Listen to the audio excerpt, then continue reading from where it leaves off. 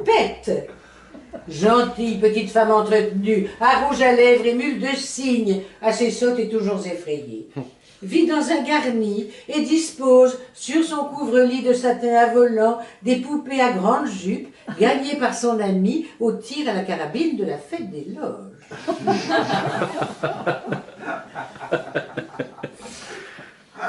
Canulan, jeune enfant très mal élevé, capricieux, tirant la robe de sa mère épuisée pour réclamer sans cesse on ne sait quoi d'inutile. Cucu la praline, un couple soudé par de mystérieux atomes crochus. On se demande bien ce qu'ils fabriquent ensemble, ces deux-là, mais ça tient le coup depuis un bon bout de temps. Évidemment, ils datent un peu, mais à vrai dire, ils sont nés comme ça, désuets. Ils se promènent bras dessous, lui en short, avec des chaussettes dans ses nu-pieds. Elle, avec son petit chapeau de paille noire et sa bonbonnière dans son sac.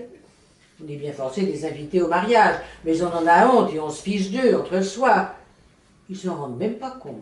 Mais je crois que s'ils le savaient, ça leur serait bien égal.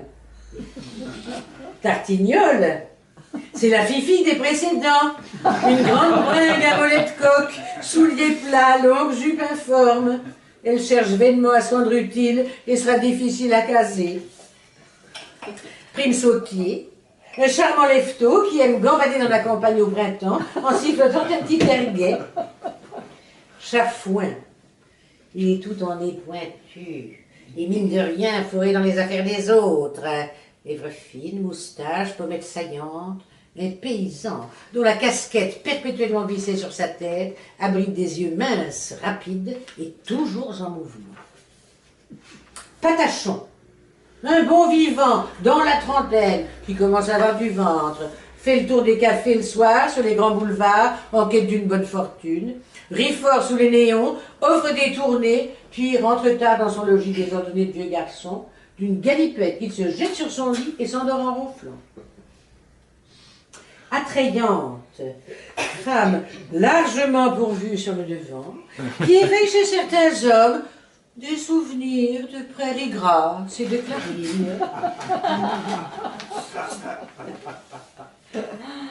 Caduc, aristocrate déchu, rêvant tristement à ses anciennes gloires. Bredouille, grand bègue aux longues jambes maigres avec des pantalons flageolants et une musette vide qui pend tristement à son côté. Toujours déçu, il se dit quand même « La prochaine fois !»